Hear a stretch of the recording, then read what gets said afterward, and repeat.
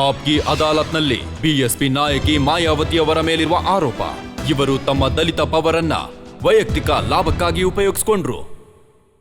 ಜನ ಹೀಗೂ ಹೇಳ್ತಾರೆ, ಈಗಿರುವ ಈ ಮಾಯಾವತಿ ಇವರು ಮೊದಲಿನ ಮಾಯಾವತಿ ಅಲ್ಲ, ಈಗ ಇವರು ಬದಲಾಗಿದ್ದಾರೆ. ಈಗ ಮಾಯಾವತಿ ಜಿಯವರ ಹೇರ್ ಸ್ಟೈಲ್ ಕೂಡ ಬದಲಾಗಿದೆ, ಮಾಯಾವತಿಯವರ ಫ್ಯಾಷನ್ ಬದಲಾಗಿದೆ, ಮಾಯಾವತಿ ಜಿಯವರ ಲುಕ್ ಕೂಡ ಬದಲಾಗಿದೆ. ನೀವ್ ನನ್ನ ಜೀವನ ಶೈಲಿ ಬಗ್ಗೆ ಮಾತಾಡ್ಬೇಡಿ. ನೀವ್ ಇದನ್ ಹೇಳಿ, ಅದು ಮಾಯಾವತಿ ಈ ದೇಶದಲ್ಲಿ ಹೇಗೆ ಯಾವ ಅಪ್ಪರ್ ಕ್ಯಾಸ್ಟ್ನ ಜನರಿದಾರೋ ಹಾಗೆ ಯಾರಲ್ಲಿ ಸಮಾನತೆಯ ಭಾವನೆ ಕಣಕಣದಲ್ಲೂ ಯಾರಲ್ಲಿ ತುಂಬಿ ತುಳುಕ್ತಾ ಇತ್ತೋ, ನಾನವರಲ್ಲಿ ಮಾನವೀಯತೆ ಮತ್ತೆ ಮನುಷ್ಯತ್ವನ ಎಚ್ಚರಿಸ್ದೆ ಮತ್ತೆ ಅವ್ರಿಗೆ ತೋರಿಸ್ಕೊಟ್ಟೆ. ಅಸಮಾನತೆಯ ಭಾವನೆ ಏನಿದೆ, ಆ ಅಸಮಾನತೆಯ ವಿಷಯ ಅದು ಸರಿಯಲ್ಲ. ಸೊ ನಾನು ಬಹುಜನ ಸಮಾಜವನ್ನೇನೋ ಸಿದ್ಧಪಡಿಸ್ದೆ, ಆದ್ರೆ ಈ ದೇಶದೊಳಗೆ ಯಾವ ಅಪ್ಪರ್ ಕ್ಯಾಸ್ಟ್ ಜನರಿದಾರೋ ಹಾಗೆ ಅವರ ಮನಸ್ಮೃತಿಯ ಮಾನಸಿಕತೆ ಏನಿತ್ತಲ್ಲ ಅದನ್ನ ನಾನು ಬದಲಾಯಿಸ್ದೆ. ನಾನು ದೇಶದ ಹಿತದೃಷ್ಟಿಯಿಂದ ದೊಡ್ಡ ಕೆಲಸ ಮಾಡಿದೆ. ನೀವು ಅದ್ರ ಪ್ರಶಂಸೆ ಮಾಡಿ, ಮಾನವೀಯತೆ. ನೀವು ನನ್ನ ಹೇರ್ ಸ್ಟೈಲ್ ಮತ್ತೆ ನನ್ನ ಬಟ್ಟೆಗಳ ಬಗ್ಗೆ ಮಾತಾಡ್ತಾ ಇದ್ದೀರಾ. ಹಾಗೆ ಈಗ ಇಲ್ಲ ಇನ್ನೂ ಬಹಳ ಮಾನವೀಯತೆಯ ಬಗ್ಗೆ ನೀವು ಪಾಠ ಕಲಿಸೋದಕ್ಕೆ ತಮ್ಮ ಜನ್ಮದಿನವನ್ನ ಹೇಗ್ ಆಚರಿಸಿದ್ರಿ ಅಂದ್ರೆ ಮುಗಲ್ಲೇ ಆಜಂನ ಸೆಟ್ ಹಾಕ್ಲಾಗಿತ್ತು. ನಿಮಗೆ ಯಾವ ಬಹುಜನ ಸಮಾಜದ ಜನರಿದಾರೋ, ಬಹುಜನ ಸಮಾಜದ ಜನರ ಪಾಪ್ಯುಲೇಷನ್ 100ರಲ್ಲಿ 85 ಇದೆ. ಬಹುಜನ ಸಮಾಜದ ಜನರು ಇದನ್ನ ನೋಡ್ತಾರೆ. ಯಾವಾಗ ಬೇರೆ ಪಾರ್ಟಿಯ ಜನರು ತಮ್ಮ ನಾಯಕರಿಗೆ ಗೌರವ ಮರ್ಯಾದೆ ಕೊಡ್ತಾರೋ ಆಗ ಬಹುಜನ ಸಮಾಜದ ಜನರು ಯೋಚಿಸ್ತಾರೆ, ನಾವ್ ಯಾರಿಗಿಂತ ಹಿಂದೆ ಇಲ್ಲ, ನಾವು ನಮ್ಮ ನಾಯಕರಿಗೆ ಗೌರವ ಮರ್ಯಾದೆ ಕೊಡ್ತೀವಿ. ಹಾಗೆ ನನ್ನ ಜನ್ಮದಿನವನ್ನ ಏನ್ ಆಚರಿಸ್ತಾರೋ ಹಾಗೆ ಅದನ್ನ ಬಹುಜನ ಸಮಾಜದ ಜನರು ಗೌರವ ಮರ್ಯಾದೆಯಿಂದ ಜನ್ಮದಿನನ ಆಚರಿಸ್ತಾರೆ. ಹೇಗ್ ಆಚರಿಸ್ತಾರೆ ಮತ್ತೆ ಅವರು ಯಾವ ರೀತಿ ಆಚರಿಸ್ತಾರೆ, ನಾನು ಅವ್ರ ಭಾವನೆಗಳಿಗೆ ಯಾವ್ದೇ ಧಕ್ಕೆ ಜನರು ತರೋದಕ್ಕೆ ಆಚರಿಸ್ತಾರ ಇಷ್ಟಪಡಲ್ಲ. ಇಲ್ಲ ನೀವು ಆರ್ಗನೈಸ್ ಮಾಡ್ತೀರಾ? 51 ಕೆಜಿ ಕೇಕ್, 10,000 ಲಡ್ಡು, 60 ಕ್ವಿಂಟಲ್ ಹೂವಿನ ಇದು ಹಾರ. ನಿಮ್ಗ್ ಗೊತ್ತಾ ನೀವ್ ಯಾರ ಬಗ್ಗೆ ಮಾತಾಡ್ತಾ ಇದ್ದೀರಾ?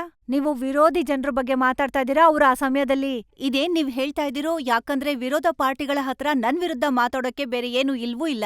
ಯಾವ ರಾಷ್ಟ್ರದಲ್ಲಿ ಅವ್ರ ನಾಯಕರ ಜನ್ಮದಿನನ ಆಚರಿಸೋದಿಲ್ಲ? ನನಗಿಂತ ಹೆಚ್ಚು ಹಣ ಅವ್ರ ಜನ್ಮದಿನಕ್ಕೆ ಖರ್ಚಾಗತ್ತೆ. ನನಗಿಂತ ಹೆಚ್ಚು ನೀವ್ ಹೇಳ್ತೀರಾ 51 ಕಿಲೋ ಕೇಕ್ ಅಂತ, ಗೊತ್ತಿಲ್ಲ 100 ಕಿಲೋ ಕೇಕ್ ಮಾಡಿಸ್ತಾರವ್ರು. ಮತ್ತೆ ನೀವು ಲಡ್ಡು ದೊಡ್ಡ ಮಟ್ಟದಲ್ಲಿ ಹಂಚ್ತಾರೆ ಯಾರ್ ಬೇರೆ ಪಾರ್ಟಿಯ ನಾಯಕರು.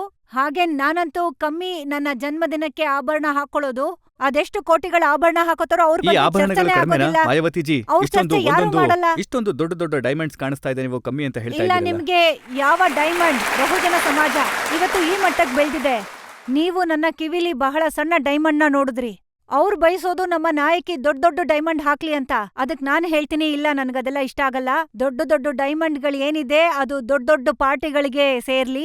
ನಾನು ನಮ್ಮ ಬಹುಜನ ಇಲ್ಲ, ದೊಡ್ಡ ಸಮಾಜದವಳು. ಪಾರ್ಟಿಯವರಂತೂ ಡೈಮಂಡ್ ಅನ್ನ ಬಚ್ಚಿಡ್ತಾರೆ.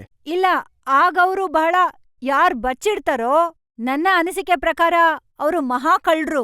ನನ್ ಹತ್ರ ಏನಿದ್ಯೋ ಅದು ಜನರ ಕಣ್ಮುಂದೆನಾದ್ರೂ ಇದೆ.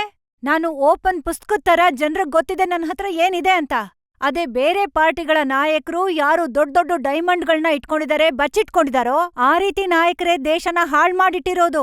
ಆದ್ರೆ ಇದನ್ನ ಹೇಳಿ ಎಲ್ಲಿಂದ ಬರುತ್ತೆ ಈ ಡೈಮಂಡ್? ಇದನ್ನ ಅವ್ರಿಗ್ ಕೇಳಿ ನೀವು. ಇದನ್ನ ನನಗಂತೂ ಬಹುಜನ ಸಮಾಜದ ಜನರು ಕೊಡ್ತಾರೆ. ವಿರೋಧಿ ಪಕ್ಷದವರು ಹೇಳೋದೇನಂದ್ರೆ ಅವ್ರಿಗೆ ಇಲ್ಲಿ ಹೇಳ್ಕೊಡ್ತಾರೆ ಬರ್ತ್ಡೇಗೆ ಇಷ್ಟು ಹಣದ ಗಿಫ್ಟ್ ತಗೊಂಡು ಬರ್ಲೇಬೇಕು ಅಂತ. ಇದನ್ನ ನೀವು ಅವರಿಗೆ ಕೇಳಿ. ಯಾರ್ ಪರಿಸ್ಥಿತಿ ಬಹಳ ಹದಗೆಟ್ಟಿತ್ತೋ, ಸಣ್ಣ ಸಣ್ಣ ಮನೆಗಳಲ್ಲಿರ್ತಿದ್ರು, ಇವತ್ತು ದೊಡ್ಡ ದೊಡ್ಡ ಅರಮನೆಗಳಲ್ಲಿರ್ತಿದ್ದಾರೆ. ಯಾವಾಗ ನೀವು ಮುಖ್ಯಮಂತ್ರಿ ಆಗಿದ್ರು ಆಗ 25 ಕೋಟಿ ಬಜೆಟ್ ಅಲ್ಲಿ ಫಿಲ್ಮ್ ಮಾಡುವಂತ ಪ್ರಾಮಿಸ್ ಮಾಡ್ಲಾಗಿತ್ತು ನಿಮ್ಮ ಲೈಫ್ ಮೇಲೆ. ಈ ಬೇಡ್ದಿರೋ ವಿಷಯ ಯಾಕಿವತ್ತು ನೀವು ನನಗೆ ಕೇಳ್ತಾ ಇದ್ದೀರಾ ನ್ಯಾಯಾಲಯದ ಮುಂದೆ?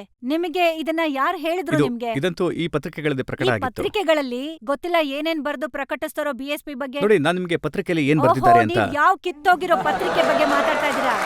ನೀವ್ ಏನ್ ಪ್ರಶ್ನೆಗಳನ್ನ ಕೇಳ್ತಾ ಇದ್ದೀರೋ ಖಂಡಿತ ಅದು ತಪ್ಪು. ನೀವು ಕೇಳಿಸ್ಕೊಳ್ಳಿ, ಪ್ರಶ್ನೆನಾದ್ರೂ ಕೇಳಿಸ್ಕೊಳ್ಳಿ. ಪ್ರಶ್ನೆನ ಕೇಳಿಸ್ಕೊಳ್ತೇನೆ. ಆ ಪ್ರಶ್ನೆನಲ್ಲಿ ದಮ್ಮೇ ಇಲ್ಲ. ಪ್ರಶ್ನೆಯಲ್ಲಿ ನಿಮ್ ಪ್ರಶ್ನೆ ಪ್ರಶ್ನೆನಾದ್ರೂ ಕೇಳಿಸ್ಕೊಳ್ಳಿ. ಪ್ರಶ್ನೆಯಲ್ಲಿ ಹೀಗ್ ಬರ್ದಿದ್ದಾರೆ, 25 ಕೋಟಿ ಫಿಲಂ, ಅದರ ಹೆಸರು ಮಾಯಾ ಮೇಡಮ್. ಅದು ತಯಾರಾಗತ್ತೆ. ನಿಮ್ಮ ಬಾಯಿಂದಲೇ ಮೊದಲನೇ ಸಲ ಈ ಹೆಸರನ್ನ ಕೇಳ್ತಾ ಇದೀನಿ. ನನಗನ್ಸತ್ತೆ ನೀವೇ ಇದನ್ನ ಯಾವ್ದೋ ಒಂದು ಸುದ್ದಿ ಪ್ರಕಟಣೆ ಮಾಡಿಸ್ತೀರಾ. ನಿಮ್ಮ ನ್ಯಾಯಾಲಯದಲ್ಲಿ ಪ್ರಶ್ನೆ ಕೇಳೋಲ್ಲ. ಇಲ್ಲ, ಇದು ಖಂಡಿತ ತಪ್ಪು. ಇದು ಮಾಯಾವತಿಜಿ 10, 16 ಯಾವ ಪತ್ರಿಕೆ ಬಗ್ಗೆ ಮಾತಾಡ್ತಾ ಇದ್ದೀರಾ? ಕೇಳಿಸ್ಕೊಳ್ಳಿ, ನಾನು ಹೇಳ್ತೀನಿ ಯಾವ ಪೇಪರ್ ಅಂತ. 16th ನವೆಂಬರ್ 2003 ನ ಟೈಮ್ಸ್ ಆಫ್ ಇಂಡಿಯಾ ಪತ್ರಿಕೆ. ಈಗ ನನಗನ್ನಿಸ್ತಿದೆ ನೀವೇ ಹಾಕ್ಸಿರ್ಬೇಕು ಇದನ್ನೆಲ್ಲ. ಮಾಯಾವತಿನ ಜನತಾ ಅದಾಲತ್ಗೆ ಕರಿತೀವಿ, ಯಾವ್ದಾದ್ರು ಪ್ರಶ್ನೆ ಇರ್ಬೇಕಲ್ವಾ ಕೇಳೋಕೆ? ಅಲ್ಲ, 1 ವರ್ಷದ ಹಿಂದೆನೆ ಹಾಕಿಸ್ತೀವ ಅಡ್ವಾನ್ಸ್ ಅಲ್ಲಿ. ಇದ್ರಲ್ಲಿ ಬರ್ದಿದ್ದಾರೆ. ನಿಮಗ್ ಗೊತ್ತು ಮಾಯಾವತಿ ಬೇಗ ಸಮಯ ಕೊಡಲ್ಲ. 1 ವರ್ಷ ಅಂತೂ ಬೇಕು ಅವಳನ್ನ ನ್ಯಾಯಾಲಯಕ್ಕೆ ಕಳ್ಸೋದಕ್ಕೆ. ಇದ್ರಲ್ಲಂತೂ ಬರ್ದಿದೆ ನಿಮ್ಮ ಮುಖ ಏನಿದೆ ಅದು ಶಬಾನಾ ಆಜ್ಮಿಗೆ ಹೋಲುತ್ತೆ. ಹಾಗಾಗಿ ಶಬಾನಾ ಆಜ್ಮಿ ಅವರು ನಿಮ್ಮ ಅರೆ ರೋಲನ್ನ ಮಾಡ್ತಾರೆ ನಾನ್ ಅಂತ. ಗೊತ್ತಿಲ್ಲ ಯಾವ ಕಳಪೆ ಸುದ್ದಿ ಹಿಡ್ಕೊಂಡು ಮಾತಾಡ್ತಾ ಇದ್ದೀರಾ. ಏನ್ ಫಿಲ್ಮ್ ನಾನು ಈ ಗಿಲಂ ಹಿಂದೆ ಎಲ್ಲ ಹೋಗೋದಿಲ್ಲ. ನಾನು ಇಡೀ ಜೀವನನ ಬಹುಜನ ಸಮಾಜದ ಇಂಟ್ರೆಸ್ಟ್ಗಾಗಿ ಮುಡುಪಾಗಿಟ್ಟಿದ್ದೀನಿ. ನಾನು ನೀವು ರಾಜಕೀಯಕ್ಕೆ ಬಂದಿದ್ದೀನಿ. ಫಿಲ್ಮ್ಗಳನ್ನ ನೋಡ್ತೀರಾ? ನನಗೆ ಫಿಲ್ಮ್ ನೋಡಕ್ಕೆ ಸಮಯನೇ ಸಿಗೋದಿಲ್ಲ. ನಾನು ನನ್ನ ಜೀವನದ ಒಂದೊಂದು ನಿಮಿಷ ಬಹುಜನ ಸಮಾಜದ ವಿಷಯಗಳನ್ನ ಮುಂದುವರ್ಸೋದಕ್ಕೆ ಉಪಯೋಗಿಸ್ಬೇಕು ಅಂತಿದ್ದೀನಿ. ಫಿಲ್ಮ್ಗಳಿಗಾಗಿ ನಿಮ್ಮಂತವ್ರ ಹತ್ರ ಬಹಳ ಸಮಯ ಇದೆ. ನೀವ್ ನೋಡಿ ಫಿಲ್ಮ್ನ ಮತ್ತೆ ಜನ ನೋಡ್ಬೋದು. ನನ್ ಹತ್ರ ಟೈಮ್ ಎಲ್ಲಿದೆ?